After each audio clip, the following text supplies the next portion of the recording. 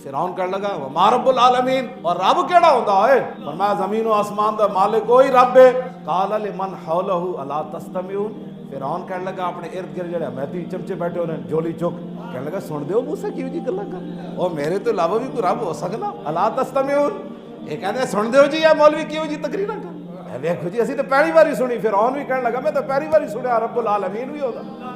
आपने फरमाया हाँ होंदा, और जेड़े होंदे झोली चुक ते जेड़े होंदे सियासी वाबस्तगी वाले, उन्होंने फिर नामूसे रिसालत छड़ के ते अपने लीडर ही नजर आते होंदे, उन्होंने फिर अपने इदारे नाल वाबस्तगी नजर आती होंदी।